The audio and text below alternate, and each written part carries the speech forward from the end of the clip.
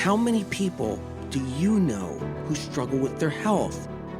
Chances are, whether they show it or not, most of the people in your life do. And chances are, you're one of them. Whether you're dealing with anxiety, depression, endometriosis, acne, eczema, autoimmune, thyroid, Lyme, brain fog, fatigue, or any other symptom or condition, you're far from alone.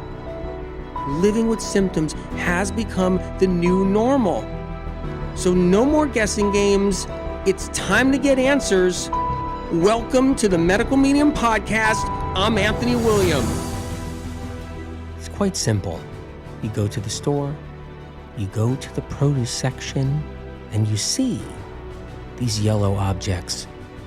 Those yellow objects may look like lemons, because they are lemons most likely. Go and grab a few, 1, 2, wait. You're holding a lemon in your hand. Think about the power in that lemon as it's sitting inside your hand. What that lemon went through to get there. How did it grow? What is inside that lemon?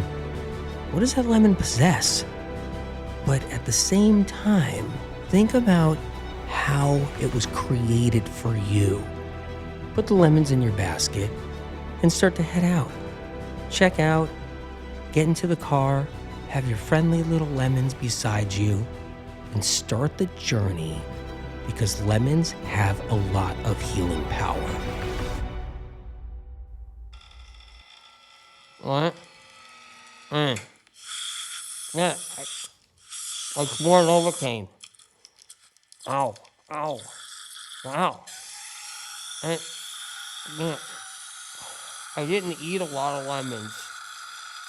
You keep on asking me if I had lemons. No. Citrus? I don't eat a lot of lemons. And just oranges? No. Oh.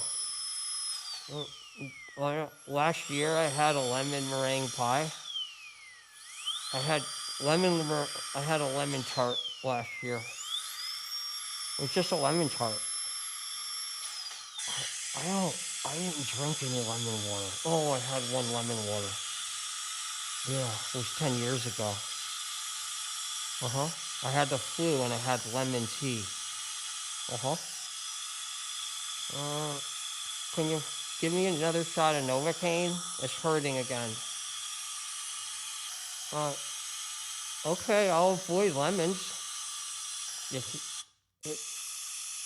Dr. Jasinski? Dr. Jasinski?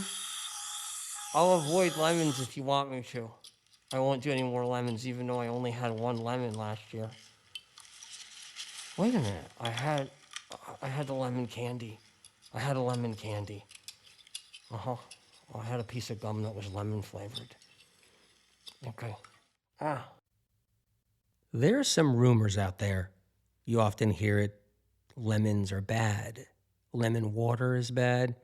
Lemons hurt the teeth. Lemon water can hurt the teeth. You hear these rumors out there.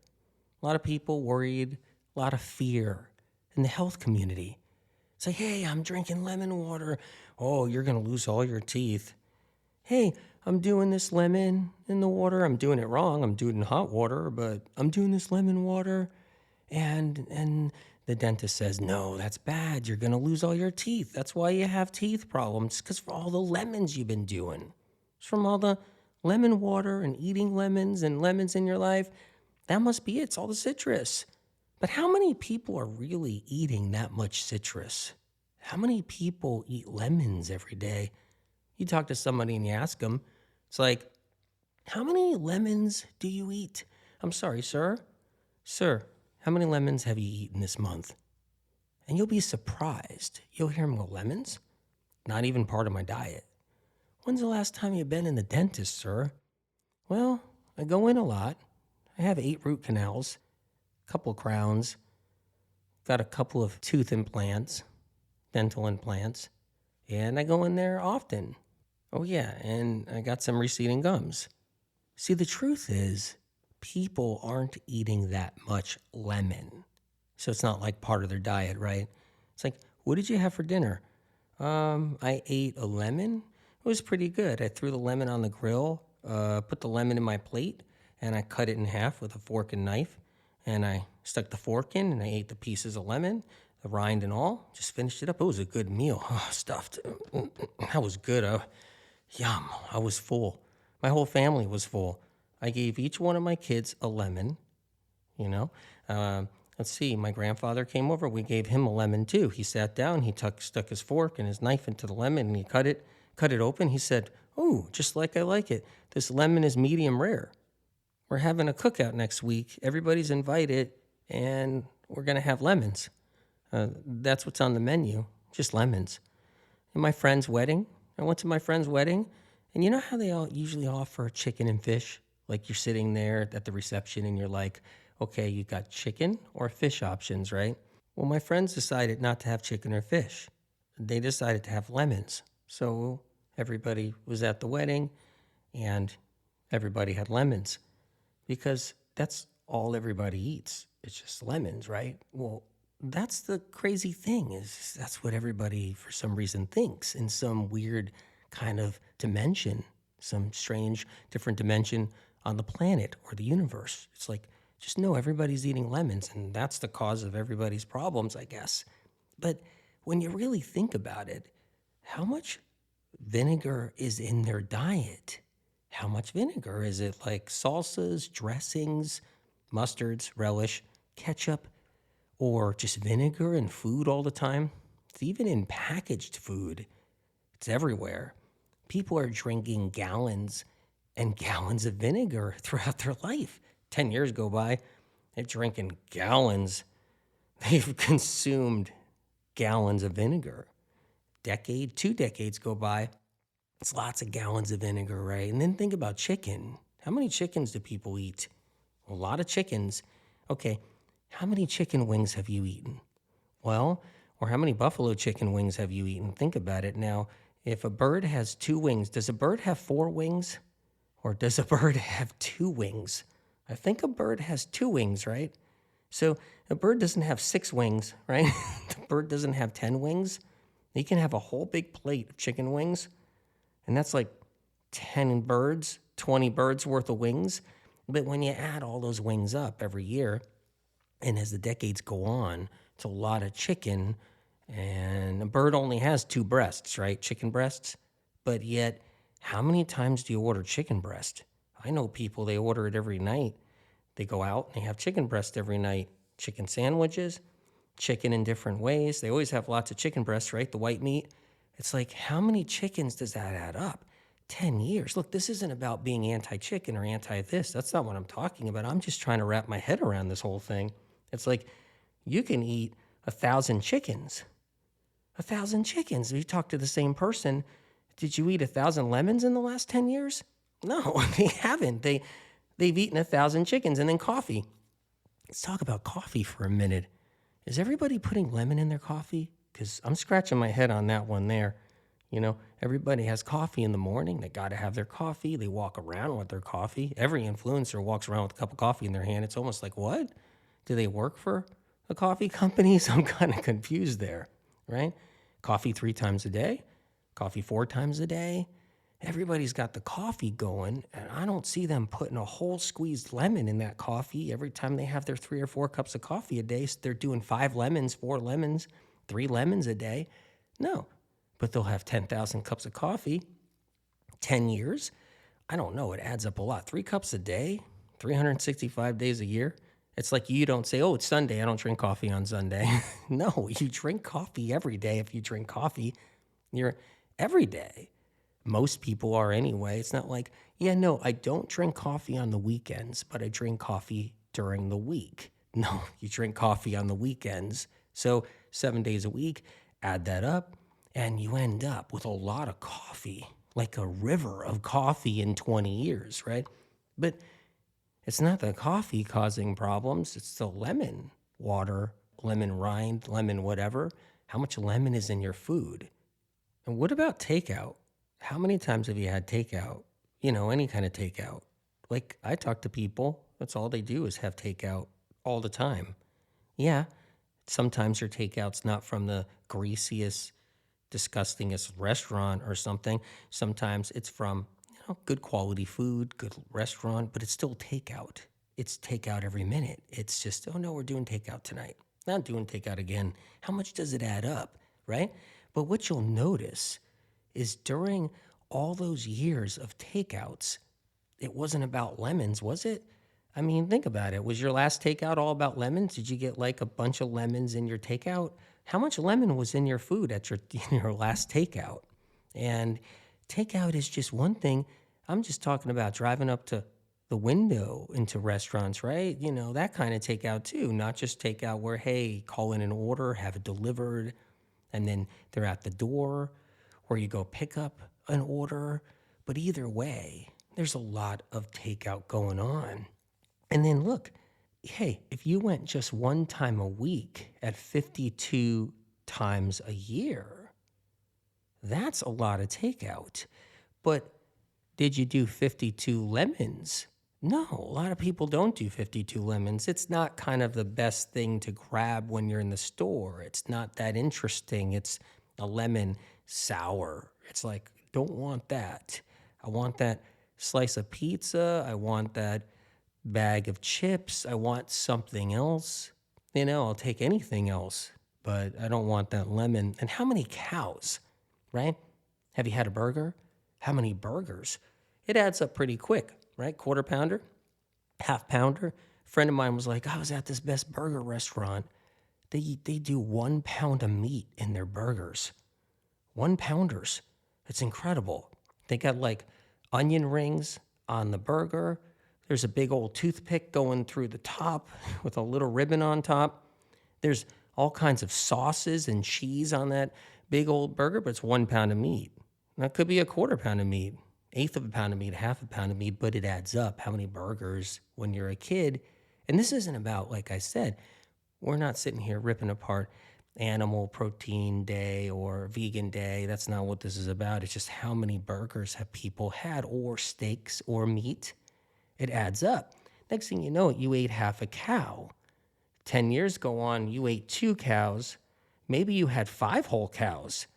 So if you're driving by a pasture and you look out there and you see the cows going, walking around, the cattle walking around, you'd be like, well, I'm 47 years old now, and I think I might have eaten 20 of those cows out there. Maybe 30 cows totally. But I'm trying to think about how many lemons I've had. I don't know. The dentist keeps on saying that it's the lemons that are taking out my teeth. But I think I've had 50 cows, and I think I've had 4 lemons. And, it can get to that point. So here's the thing, okay? There's a lot of other things out there that can create a problem inside the body that starts to dissolve your teeth. A concern with lemon is teeth. It's a big one right there. It's going to corrode my teeth. It's going to cause a tooth problem. My teeth hurt when I do lemon. There's a lot of concerns about lemon and lemon water. A lot of people are drinking lemon water. We know that now, right? But there's a lot of concerns about the lemon water damaging teeth enamel, causing corrosion, erosion to the teeth, to the gums. Dentists are always worried about it. Other people are worried about it. Anybody who cares about their teeth are worried about it. But the reality is, and we're going to go into detail of how the lemon doesn't hurt the teeth, but only helps. But the reality is, there's other things we're doing every day that hurt our teeth. Vinegar's one of them. Coffee's another. Foods that are really acidic inside the body are another. It all adds up, and we lose our teeth. Let's be real. It isn't lemons ruining people's teeth. How many lemons do kids consume? And look at the trouble kids have with their teeth. A lot of children, their teeth are all going rotten very early on because of mineral deficiencies, other problems, right? Toxic heavy metals in their body, all kinds of things play a role. So it's not about lemons, but I know it's easy to pick on because it's so sour, astringent, acidic. Let's head into the acidity. When lemon juice enters your body, it becomes alkaline instantly. When lemon juice enters your mouth, it becomes alkaline. Sure, it's sour. You got the citric acid in there.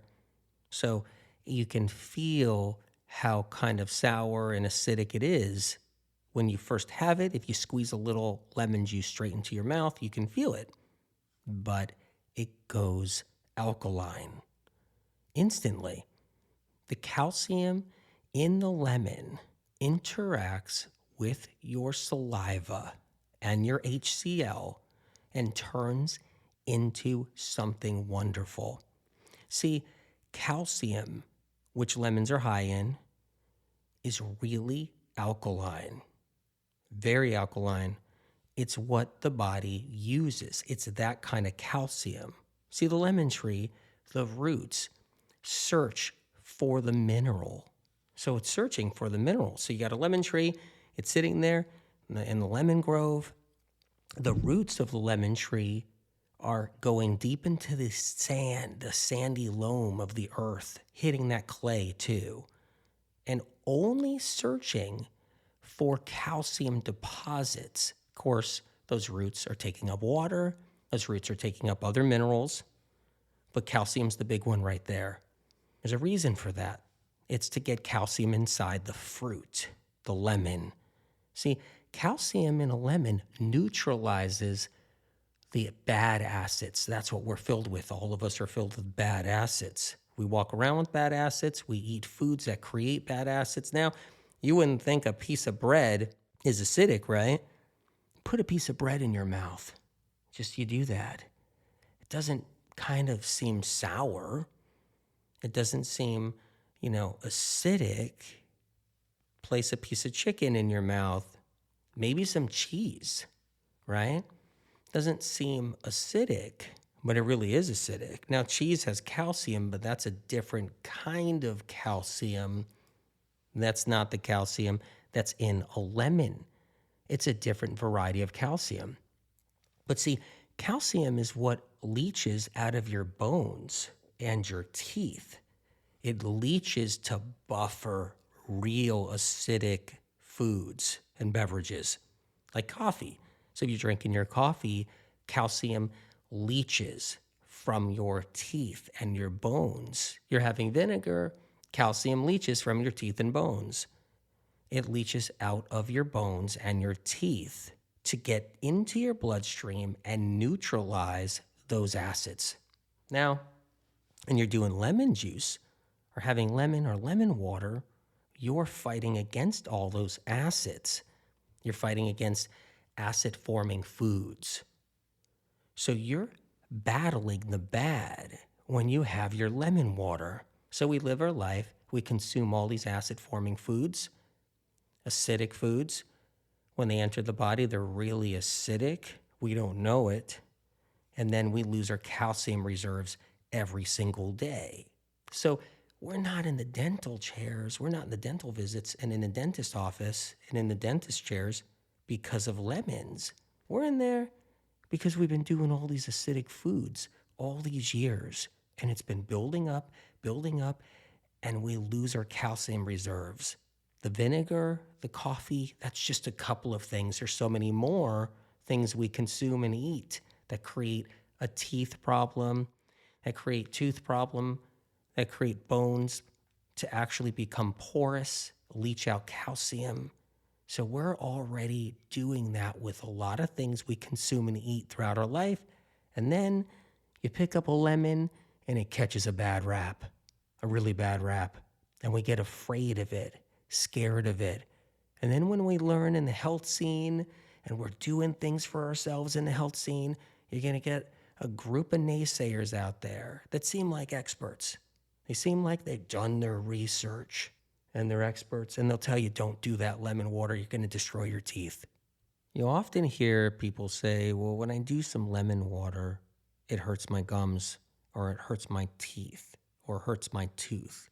And they'll complain about that and be like, well, that must mean the lemon water is actually creating a problem. When the truth is, if you talk to that person a little bit, So I've talked to a lot of people over the years. And you say, well, is that the only time that tooth hurts? And you ask them about it, be like, well, I can't have my coffee too hot. I have to wait a little till it's more like a warmer temperature instead of really hot because that will hurt my tooth. And I can't chew down really hard on that side of my mouth, so I can't eat too many crunchy things. My friend brought a bag of chips over. We were watching a movie, or we did some popcorn, and I had one of the kernels at the bottom of the popcorn, container where we were getting down to the smaller kernels. Everybody had all the big ones, the puffy ones, and we were working our way down. And when we got down to the bottom of the popcorn there, we were like eating the kernels that were kind of crunchy and burnt, and they tasted good. And I can't do that because that blows up my jaw and my tooth hurts really bad. Or if I have like a popsicle or something or an ice cream, whoa, look out when that cold piece of ice cream hits that side of my mouth and lights that tooth up on fire. That thing will be ringing, and they'll have all these other experiences. And then it's like, hey, try some lemon water. And so they'll get some icy cold water, squeeze some cold lemon in it, and they'll send down some icy cold lemon water, and they'll all of a sudden feel that sore spot they have, that hot spot they have, right? And they'll be like, oh my God, it must be the lemon water that's doing it. And lemon water's bad for that tooth. And when you really interview them, like look at what they're doing, you'll notice that tooth hurts a lot. They've been to the dentist because of that tooth. They talked about that tooth hundreds of times. They worry about it. They feel it every now and then when they have something to eat or chew or bite. But yet it was the lemon that creates the problem. It's so easy to use our thoughts in a way that aren't so helpful for ourselves. It's easy to just all of a sudden pick on something that isn't the problem, but we funnel everything to that. So it's like, here, we got this beautiful lemon water. It's something that can help us and help our teeth and help our gums and help our organs. And we'll go into detail about that more. But we're afraid of it because it's triggering something. And the truth is about that, though, it's not causing a problem with that tooth that someone feels. It's pointing it out. It's pointing out the problem, that there is a nerve sensitivity. A lot of people have nerve sensitivities. Trigeminal nerve is already sensitive. The nerves in their jaw are already sensitive. Facial nerves are sensitive. Nerves in their mouth, their tongue, their vagus nerve, sensitive, right? Hypoglossal nerve, sensitive. So all these nerves can be sensitive. A lot of people have simplex. They'll have simplex 1 in their system, in their nerves. Simplex, the cold sores. They get cold sores once a year, once every other year, once a month. Some people get it more, some people get it less, but it's in there. So the nerves are already sensitive. Some people have injuries from dental work, from getting the tooth removed. Injuries happen, getting teeth worked on, implants, root canals, anything in the dental room where the needle goes too. The numbing agent, that's a big part of how little injuries happen, and nerves get sensitive throughout the years. People get veneers. Nerves get hypersensitive with veneers. So they'll be sensitive anyway. They have these nerve sensitivities. They bring in lemon water, and it's ringing the bell. It's showcasing, it's pointing it out. See, lemon is so sour, it makes you pucker. Your whole mouth just puckers and you can feel it. When the mouth puckers, it's ringing off everything inside your mouth. So you get activity inside your mouth, the nerves get awakened. So if you got this nerve sensitivity, it's just ringing the bell. It's not creating a nerve sensitivity, it's already there. You're someone already having it, and the lemon water might be a reminder that you got this problem, but it didn't create it, and it's not creating it now.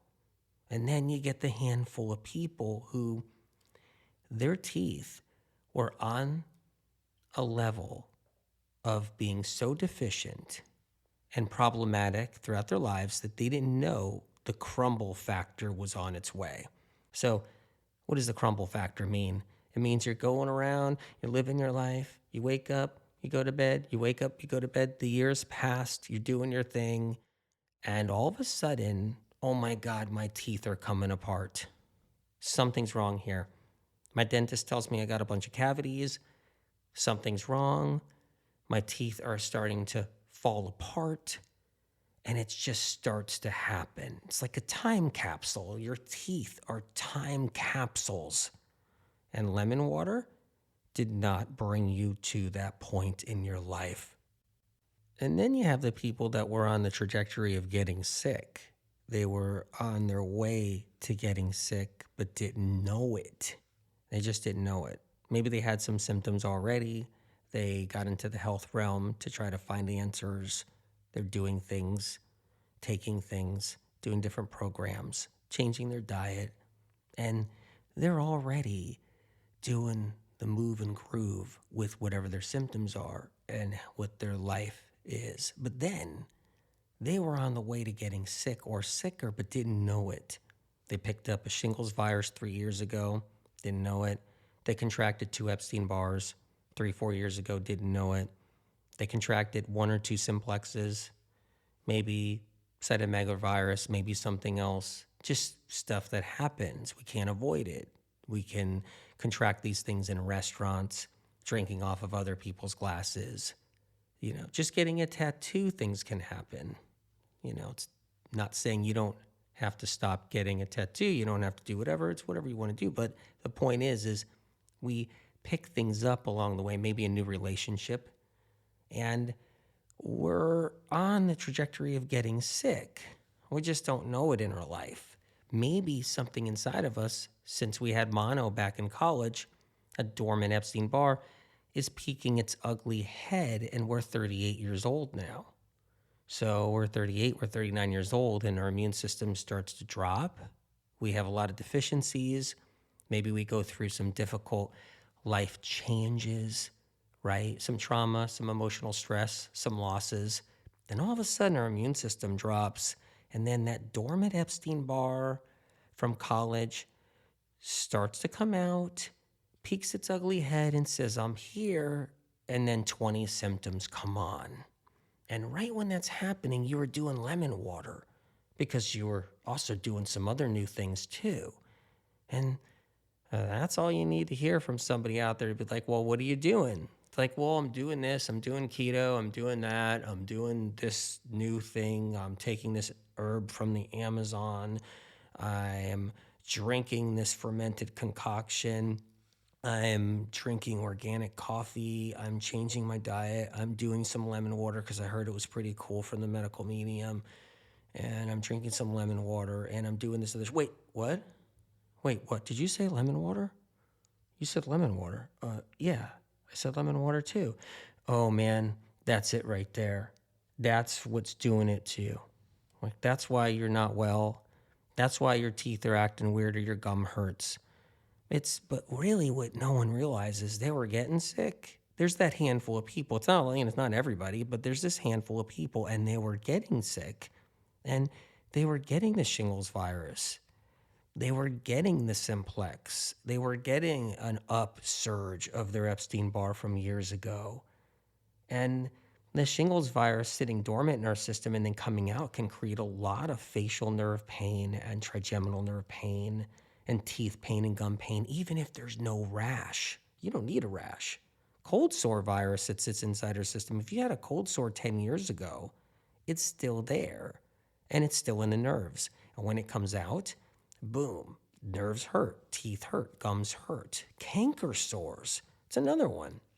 A lot of people have the canker sore virus, which is not simplex 1. It's a different herpes virus. The canker sores, mouth ulcers, well, they tend to tingle and burn, and then the ulcer comes out. and then it hurts all in that area of the mouth and gum and tooth. And you're drinking some lemon water, and you got canker sores that are already coming out, and it's gonna ring the bell. It's so astringent. That's why. The medical industry doesn't understand about these viruses, so lemon water will get the blame. The dental industry doesn't understand about any of these viruses, so the lemon will get the blame even if the patient didn't do a lot of lemon. And that's the truth, though, about it all, or the fact. The fact and truth of the matter is you got millions and millions of people in dental chairs, dental offices, getting their teeth drilled, and they hardly had lemons or lemon water in their life on any level. Some people never even touched a lemon in 50 years. But yet we blow the whistle on the lemon, we psych people out, we send them in the wrong direction. What's interesting about naysayers or critics of lemon water, or lemons in general, or citrus, is you listen to them. They say, hey, no, that's not good for you. I'm an expert in health. I did my research. Lemons are too acidic, not going to be good for your teeth or good for you, and you should stop doing it. What's interesting is those same critics, same naysayers, don't know why anybody's sick. Did you ever realize that for a moment? It's like they don't know why someone's suffering. Fibromyalgia and lupus and neurological Lyme, multiple sclerosis and RA and tics and spasms, seizures, tremors, shakes, vibrations throughout their body, teeth pain, gum pain, neck pain, head pain, migraines, restless legs, brain fog, and intense anxiety and depression. They don't have an answer for any of that. They don't know why anybody's sick with anything, but boy, we better listen to them because they're an expert about lemons and lemon water. So, okay. Expert, I won't do the lemon water. It's going to hurt me? Okay, I'll listen to you. Meanwhile, they don't know why anybody's sick. And the reason why we're sick is, a big reason is the pathogens, right? The viruses and the bacteria. That's a big reason. And lemons are antiviral, antipathogenic, antibacterial. It's one of their gifts. It's the gift of the lemon right there. So when you see it in the supermarket, it's like, well, on my carriage, the handle of my carriage, there's probably 5 viruses on there, 10 varieties of bacteria. Oh, actually, it could be 100 varieties of bacteria on that shopping cart handle.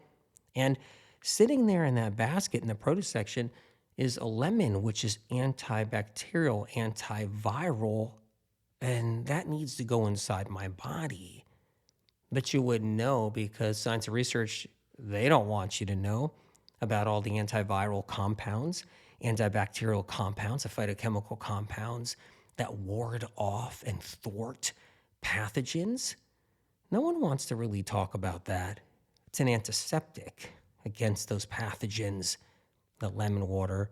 But yet you'll hear a critic who's an expert that will say, don't do that lemon water. It's probably what's hurting you.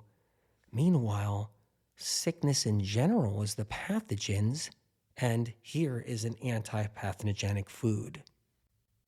People walk around with stagnant, sluggish livers that are dense, hardened. Do you ever see somebody, they're really bloated out, their stomach is sticking out, they have this abdominal distension, and it's hard? You could bounce a quarter on it. Like, it's hard. If some guy was gonna punch another guy in the stomach, right, in that spot, it would like bounce off probably, even though the guy would get really hurt if some guy punched him in the stomach in that spot. But it could be really hard and just stick out, right? So it's not just about bloating. The liver hardened up. It got tough. It's like kind of like an older cow. An older cow's liver, tough, like tough meat or tough liver. So when you cook that liver up or fry that liver up from that cow and it's an older cow, that liver's not going to be tender. It's going to be like really, really tough, gristly. So you stick that fork and knife in that liver and you're like sawing. And because the cow's liver aged, because no matter what, as we age, our liver gets toxic. Yeah, grass-fed beef cow's liver's still going to get toxic. It still has to be the filter. Well, we're the filter. And by the way, I don't recommend eating cow liver for that reason, because it's the filter that's highly toxic. But we can do that on another show and talk about why that's so bad. But our livers get highly toxic, stagnant, sluggish, fatty. So the liver becomes fatty liver. All that fat builds up around the liver, inside the liver. The liver starts to get harder, not softer. Doesn't get supple and soft. It gets harder. And if we ever ate a human liver, it would be gristly when we get older.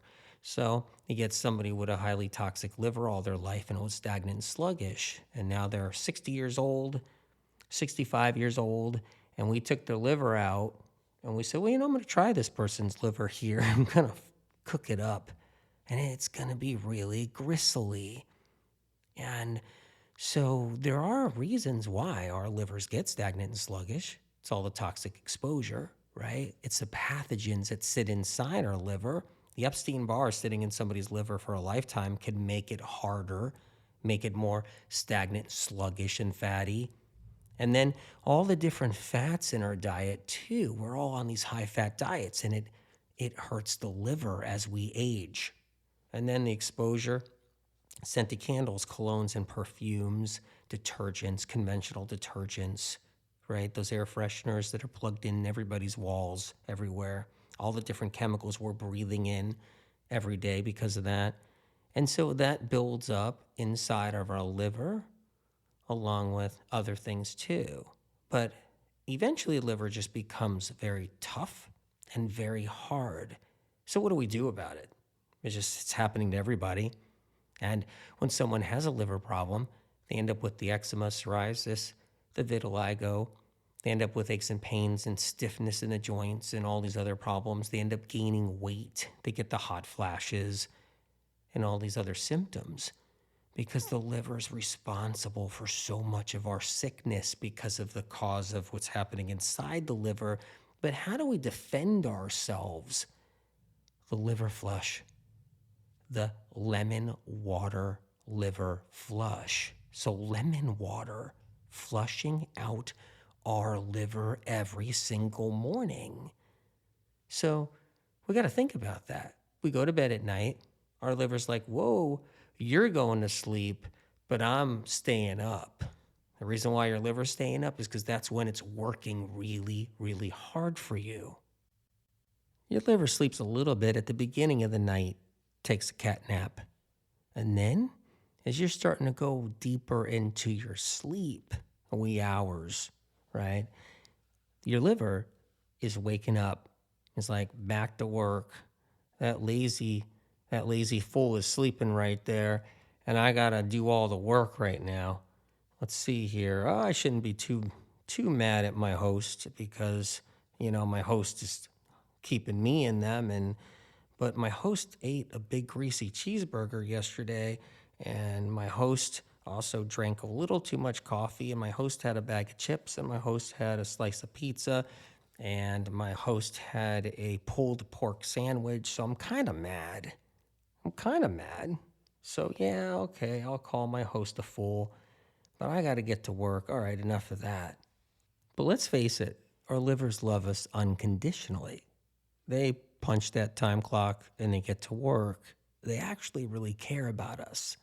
And the goal of the liver is to clean up the mess. It's the filter. So it's working. It's working like feverishly. A bunch of little elves inside that liver of yours is working all night while you're sleeping, snoring away. Some of you guys are snoring because your livers are so congested and tough and stagnant and sluggish, by the way, but it's another story. But your liver really does have your back. It's just that we have to have our livers back too. And one way to do that is the lemon water. Now, you might be somebody that does the lemon water in the morning. So when your liver is working all night long and you're about to wake up, And your liver's like, well, I bagged up all this trash. I put it right here. I bagged up all this garbage. I put it right here. Toxins, chemicals, and poisons I put here. I bagged up all of this other gunk and junk and garbage and things and all kinds of old objects, and I put it over here. Now, let's wait. Let's see what this fool does. But your liver doesn't call you that. Your liver instead says, let's see what happens because I'm praying. You wake up, you go downstairs, or you head out to the kitchen. Honey, you got the coffee on? Is the coffee going? Do you want to get a bagel? Okay, let's get some bagels, cream cheese? Yeah, I want cream cheese, please. Got some eggs in the pan? I could go with, bacon. Throw some slices of bacon there. Yeah. The bacon smells really good right there in the pan. And your liver's like, wait a minute. I did all that work. And this is the 5th year, 10th year, 12th year, 20th year. I did all this work. And your liver's just hoping for that break. And maybe you're somebody that wakes up in the morning and you're like, yeah, I'm getting my lemons out. Cutting that lemon in half, squeezing it in that big glass of water and drinking that down. 16 ounces, 32 ounces. Maybe you're somebody that does the 32 ounce. And you're just like, go, go, go, go, go. And your liver's cheering you on like no tomorrow. Because when you do that, you're creating a wave. A wave, like when it comes in from the beach, when it's rolling in. When the waves are rolling in, they're going to purge that shoreline. And as you're drinking all that lemon water, it's creating a flush. Your liver needs hydration in the morning. That's what it's requiring. That's what it needs. We often think about, what do I need? Everybody's just about their needs, right? It's all about self-care out there, about people's needs and all that. But what does the liver need? What about the liver's needs? Well, one of the liver's needs, very important one, is that hydration first thing in the morning, but especially first thing in the morning. That's the key right there. It needs the flushing power because your lymphatic system is only going to be as good as your liver right there. So if you want to flush out your lymphatic system, you got to flush out your liver because that's the root right there. That's the foundation of your lymphatic system. Like people are always like, lymphatic, dry brush, do this, do that, get a lymphatic massage. Now, yeah, okay, fine. We can do all that. But that's not the ticket. That's not the big ticket. That's just the dressing on the salad. That's not the salad itself. That's the dressing. So here's how it works. When you send that lemon water down the pike and it gets down to the stomach and it starts to enter the bloodstream, that's one. And the rest of the lemon water starts to head down the small intestinal tract, gets down in there, and then it goes up the hepatic portal vein, the highway. A flush, a wave of hydration starts to enter into the liver through the hepatic portal vein right from the intestinal tract. And it's a burst, is what it is. So there's electrolytes in that lemon. There's electrolytes and antioxidants, the vitamin C. The high level of vitamin C inside the lemon is a high level of antioxidant. There's also minerals inside the lemon juice that activate when they enter their body. They're living, they're alive. These minerals are living. They're not dead. It's living electrolytes, not dead electrolytes, not factory man-made electrolytes, not concoctions made in a lab and thrown in some type of water beverage drink. These are living natural electrolytes. And when they touch poisons, they neutralize. They neutralize, and a chemical reaction happens inside the liver and the body. But here's the cool thing. As that lemon water heads down the intestinal tract, it gets sucked up. Like sucked. A suction occurs from the liver drawing blood, looking for nutrients and hydration and water from the intestinal tract. The liver creates a suction in the morning. It's trying to draw nutrients it needs to do its job.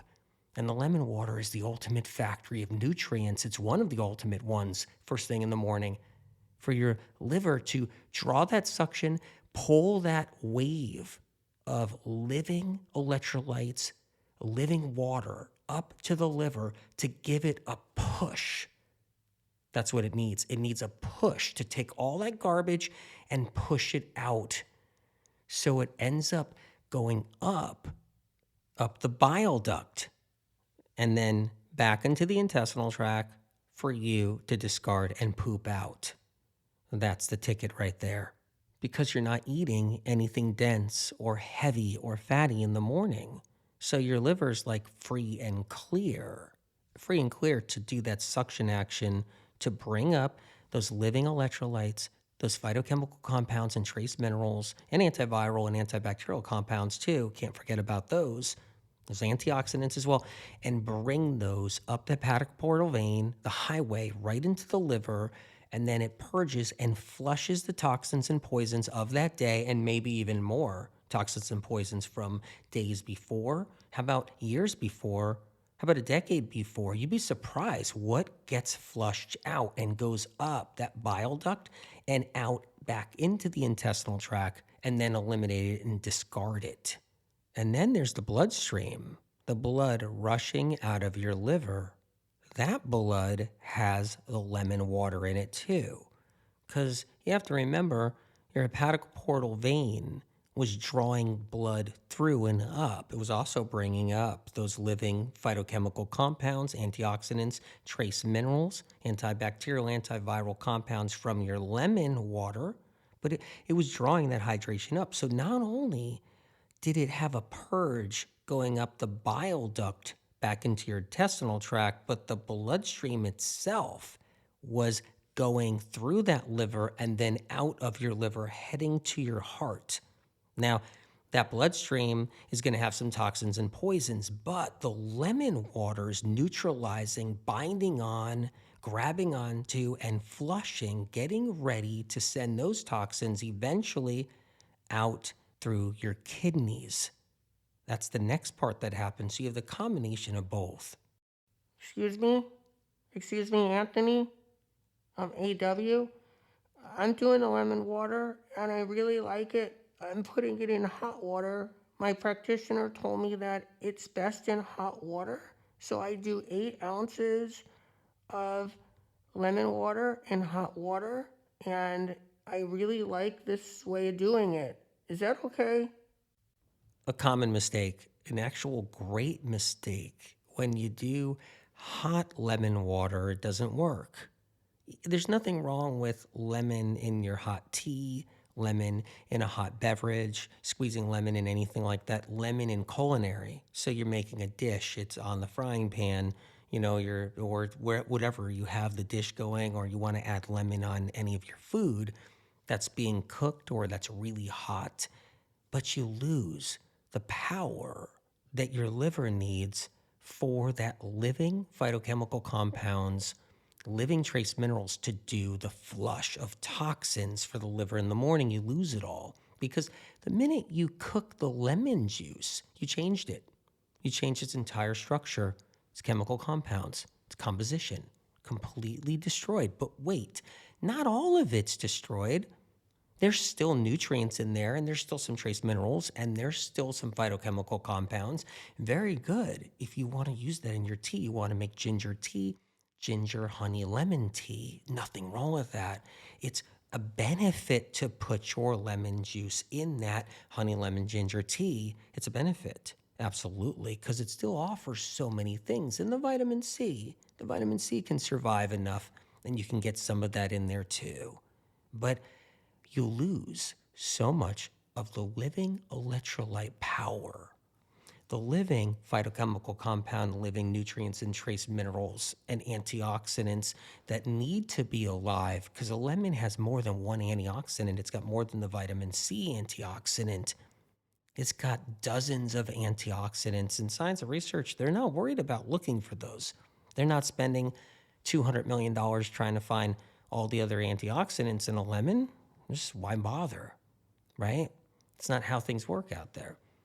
So with all that's in the lemon, it gets destroyed. At least the most important aspect of the lemon gets destroyed when you put it in hot water. This is a great mistake. And it's a reason why people don't move forward as much as they need to move forward.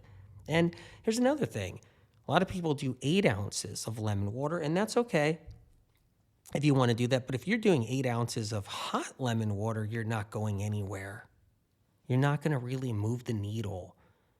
You know how celery juice moves the needle and it's changing people's lives? 16 to 32 ounces of fresh, living lemon water can do the same. Now, you can have the water lukewarm. You can have it room temperature. You could have it cold, but you can't have it hot if you want it to do its flushing action. Now, celery juice and fresh lemon water don't do the same as far as what they do. Like celery juice does a whole bunch of other things. Lemon water does a whole bunch of other things, but they both move needles. They're both critical for healing. That's why when you do like the medical medium morning cleanse, you're doing your lemon water, then you're doing your celery juice, and then you move on from there, right? And you keep the fats out till noon. All that's incredible for the liver. But the lemon water's a part of this. All these centuries, right? People know they can put lemon juice in water, lemon juice in culinary. That's been happening for hundreds of years, but nobody knew that it was about flushing the liver and body and lymphatic system of toxins. That if you use the lemon water on an empty stomach, first thing in the morning, before you apply any food or solid food or fats in your diet, if you do it properly, a flushing occurs of toxins and poisons, and it cleans things out. Now, you need 16 ounces to 32 ounces of lemon water because you need more hydration with that lemon to carry it and create that flushing power up the hepatic portal vein and highway. If you only do a little, like an ounce of lemon water, or if you only do 4 ounces, it may not be enough. 8 ounces is pretty good, but still not enough if you're somebody who's chronically sick and you got a stagnant, sluggish liver, you've had it really hard with your health, you got autoimmune, all these other things going on. You're going to want 16 ounces as a minimum. You want 2 cups of that lemon water first thing in the morning. Now, why does it work? One reason why it works is because you're not going to have milk, cream, butter. You're not going to have sausage. You're not going to have bacon. You're not going to have cheese. You're not going to have eggs. You're not going to have ham. You're not going to have meat. You're not going to have avocado. You're not going to have avocado or oils. You're not going to have nuts and seeds, tahini nut butters. Not going to have ghee. Not going to have coconut oil. Not going to have olive oil. You're not going to have any of the fats. The fats stop the liver from doing its thing. It stops the liver from flushing. So first thing in the morning, you eat all that fat, your liver's not going to flush any poisons or toxins anymore. That cutoff valve, that valve shuts down right away. But instead, you bring in that lemon water first thing in the morning, and you do that 8 ounces or more. 8 ounces, right? 16 ounces, that's the key right there. That's the winning ticket. 32 ounces, and now you're flying. Now it's gravy train for your body right there. And that's when that flushing power starts to move through. You get enough hydration going into the liver, pushing the poisons and toxins out of your bloodstream, up, out into the bile duct, into your intestinal tract, so you can defecate, you can eliminate, you can urinate, and get all of that toxin out of the body. And that's what we need. And people who are into the lymphatic system have to realize one thing that's so important.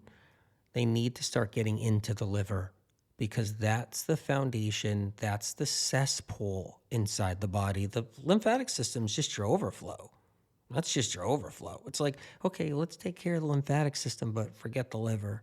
Doesn't matter about that. Meanwhile, it's like chasing your tail. It's like going in circles, chasing your tail. It's because if you can't take care of the liver, you're going to be constantly trying to take care of your lymphatic system for the rest of your life, which is okay. But the goal should be taking care of that sewage plant that's deep down inside that liver, all the sludge. You take care of that, and you won't be chasing your tail so much.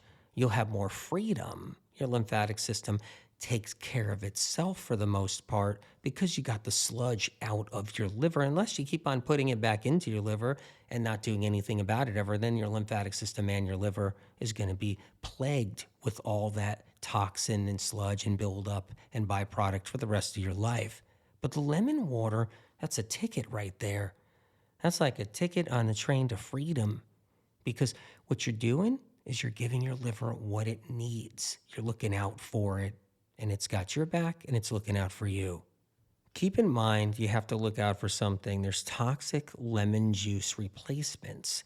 So you'll see them in a little container. They'll be in a little yellow, orange, or yellow lemon-shaped bottle. Have a little spout on it. You open the spout, and you're like, hey, I'm putting my lemon juice in here, but that's not the same thing. So if you're doing one of those and squirting that in your water and you think you're getting your lemon water, you're not. You have to buy a lemon. You have to go and find a lemon or grow a lemon and use that like a real lemon, cut it in half, squeeze it in. Now, you only have to use half the lemon if you want for a big 16 to 32 ounce glass of water. If you want to squeeze the whole lemon in there, you can do that too, but a half is good. You can get by with just a half. And then you can save the other half for the next morning if you'd like. And that's something that's really easy to do. Now, you got to look out too for natural flavors. Lemon natural flavoring, lemon natural flavors, natural flavoring. That's MSG. That's not lemon juice or lemon concentrate juice or lemon extract. This is an entirely different thing, so you got to look out for that all on its own. Here's another thing to be aware of. So it's not just the MSG and natural flavors, like lemon natural flavors. That's not lemon juice. But here's another thing to worry about, essential oil of lemon. I know that so many people love their lemon essential oil, and that's fine. But you don't want to take a glass of water and say, hey, I don't need to get a lemon and do this lemon juice this way and do the lemon water this way. I just need to put a couple of drops of essential lemon oil in my water and guzzle it down. It's not going to do the same thing, quite the opposite, and could even be very irritating if you have a sensitive nervous system, because that's an entirely different mechanism all on its own. So we have to be cautious there, because many people be like, wow, I'm loving this lemon juice, lemon water thing. I dig this podcast. I'm going to go and look at my cupboard. Whoa, I got a lemon essential oil. I'm all set. Fill it some water, put that in there, and send it on down. And lo and behold, it's not going to do anything for the liver. So that's one more thing to look out for. Using lemon is always a great thing. Could put it in your salads, squeeze it, put it on top of dishes and salads, put it in your food. And that's a great way to get lemon juice, fresh lemon juice into your diet, into your body. It's not going to be the same thing as your lemon water first thing in the morning, but it's still good. Now, you don't have to just do lemon water first thing in the morning. You can do it during the day. You could do it at night. You can do it in the evening. You can do it twice a day, 3 times a day if you really like. First thing in the morning is important because you're flushing the liver. So another type of confusion someone can get involved with is not using water, but using just straight lemon juice. So try not to do that. Try not to take like 4, 5, 6, 10 lemons, squeeze all the juice out, and maybe add an ounce of water and send it down. That's not a good thing because it's not going to be what you need. The hydration's not there. You need enough water. So it's important to have the 16 to 32 ounces of water, and then you just take a half a lemon, squeeze the juice out of that half a lemon into your 16 to 32 ounces of water, and then you're drinking that whole thing down. If you just squeeze lemons and make lemon juice, you're not going to have enough hydration to do the flush. You're going to have just all lemon juice, and that's going to be really sour and really pucker your mouth and taste buds, it's not going to be comfortable unless you really love that lemon flavor. But I still don't recommend it because you need the flushing action of all the water combined with the lemon juice. We live in a world where the industries like us being sick. They like us because we become the feeders of what the industry offers and manufactures. And if we stay sick, then we keep on feeding and feeding and feeding until we die. And that's how the industries think. Industries don't like lemons. They don't like what lemons do. They don't want someone on lemon water. They don't want someone consuming lemon, and they don't want what God has given us inside that lemon to enter into our physical bodies.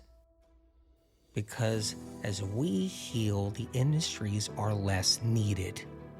Mother Nature gives life to the lemon tree with you in mind. Those lemon trees have been around for thousands of years, and there's a reason for their existence, just like there's a reason for your existence. And as we consume that lemon and that juice from the precious lemon, Mother Nature sees us fulfilling a prophecy for thousands of years. Prophecy that Mother Nature, God, or if you believe the Creator and universe, has placed here for us. As the industries dirty our systems up, we require purity.